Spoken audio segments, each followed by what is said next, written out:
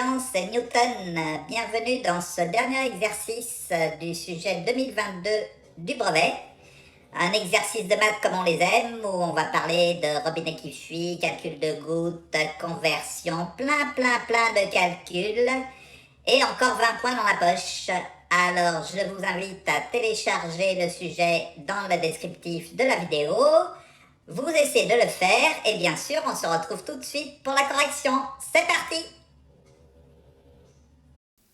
Commençons comme toujours par lire l'énoncé.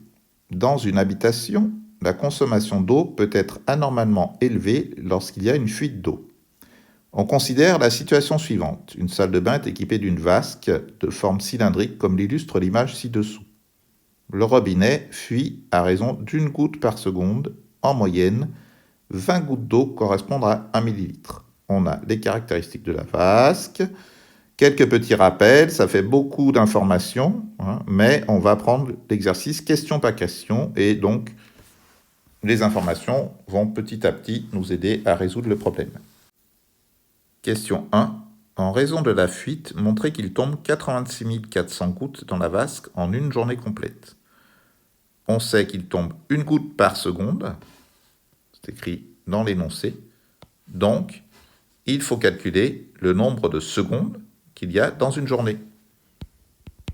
Donc une journée, c'est donc 24 heures fois 60 minutes fois 60 secondes. Ok ? 1 minute 60 secondes, 1 heure 60 minutes, une journée 24 heures. Ce qui nous fait bien 86 400 secondes. Donc 86 400 gouttes. Question numéro 2. Calculez en litres le volume d'eau qui tombe dans la vasque en une semaine en raison de la fuite. On sait que sur une journée complète, il y a 86 400 secondes, donc 86 400 gouttes. On va calculer le nombre de gouttes sur une semaine. Donc sur une semaine,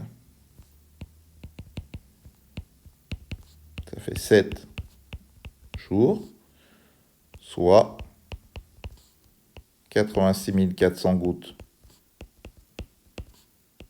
fois 7, ce qui fait 604 800 gouttes sur la semaine. Maintenant, on va prendre une information qu'il y avait dans l'énoncé, qui était que 20 gouttes d'eau correspondent à 1 millilitre. Donc, si on veut le volume en millilitres, il va falloir diviser le nombre de gouttes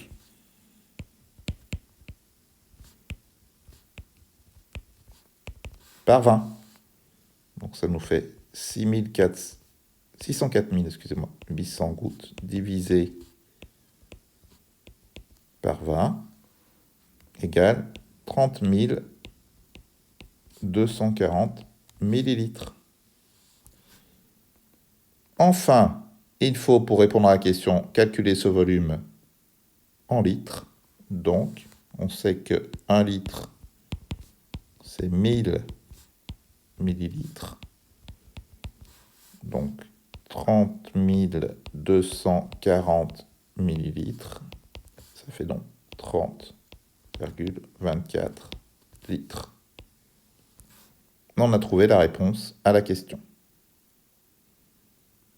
Question 3. Montrez que la vasque a un volume de 18,85 litres arrondi au centilitre près. On va d'abord exprimer les dimensions de la vasque en décimètres. Donc il nous faut le rayon pour calculer son volume. Donc le rayon, c'est le diamètre divisé par 2. Le diamètre, c'est donc 4 décimètres divisé par 2, ce qui fait 2 décimètres pour le rayon. Ensuite, il nous faut la hauteur intérieure de la vasque.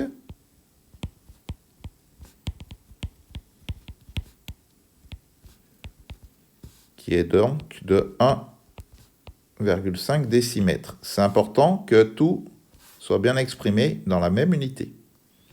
Le volume de la vasque, on va reprendre la formule, c'est pi fois le rayon au carré, donc 2 au carré, fois la hauteur, 1,5. Ce qui nous fait 6 pi. On peut ensuite trouver une valeur approchée à la calculatrice. Ça fait à peu près 18,85 décimètres cubes. On sait qu'un décimètre est égal à 1 litre. Donc ça fait 18,85 litres.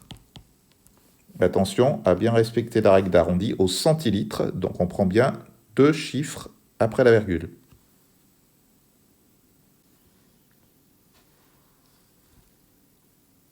Question numéro 4. L'évacuation de la vasque est fermée et le logement inoccupé pendant une semaine. L'eau va-t-elle déborder de la vasque? Justifiez la réponse. On sait que la vasque a une contenance maximale de 18,85 litres. On sait que si la fuite a lieu pendant une semaine, on a calculé dans la question 2, qu'il va s'écouler 30,24 litres d'eau. On voit bien que la vasque, 19 à peu près 19 litres, ne pourra pas contenir 30 litres d'eau, donc elle va déborder. On va donc le noter dans la réponse. Petit 4, on peut rappeler le volume d'eau sur une semaine. Donc c'est 30,24 litres. Le volume de la vasque, c'est 18,85 litres. On voit bien que 30,24 est très supérieur à 18,85. Donc, la vasque va déborder. Pensez à bien justifier vos réponses sur votre copie. Même quand ça paraît évident comme ici, il faut qu'à chaque question, vous ayez une réponse et il faut bien détailler le raisonnement et éventuellement les calculs.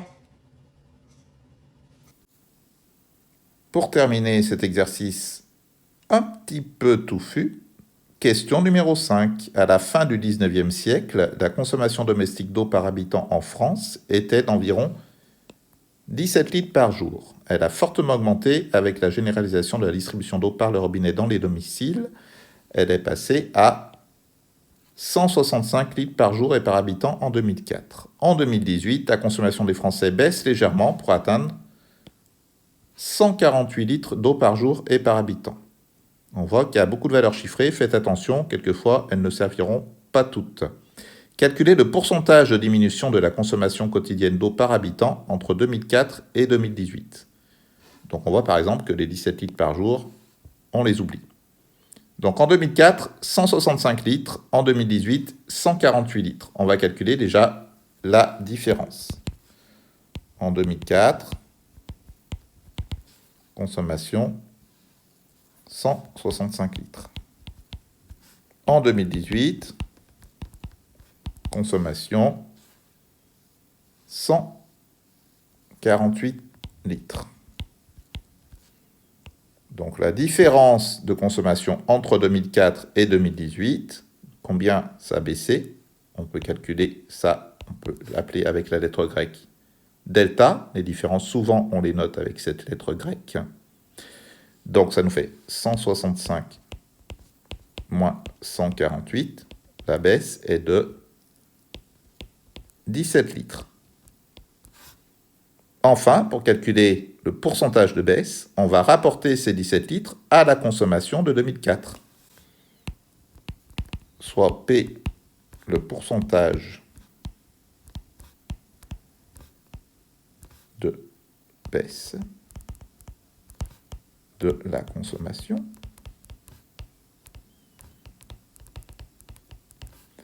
P égale donc 17 par rapport c'est donc une division à 165. Si on veut un pourcentage, on multiplie par 100. Cette formule est très importante, elle vous suivra jusqu'au bac. On trouve 10,30. Arrondi à l'unité, ça nous fait un pourcentage de 10%. Cet exercice est enfin terminé. Et voilà pour cet exercice du DNB 2022.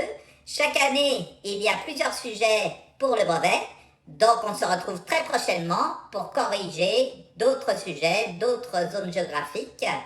Et je compte sur vous pour bien travailler vos maths et avoir les meilleurs résultats possibles. À bientôt!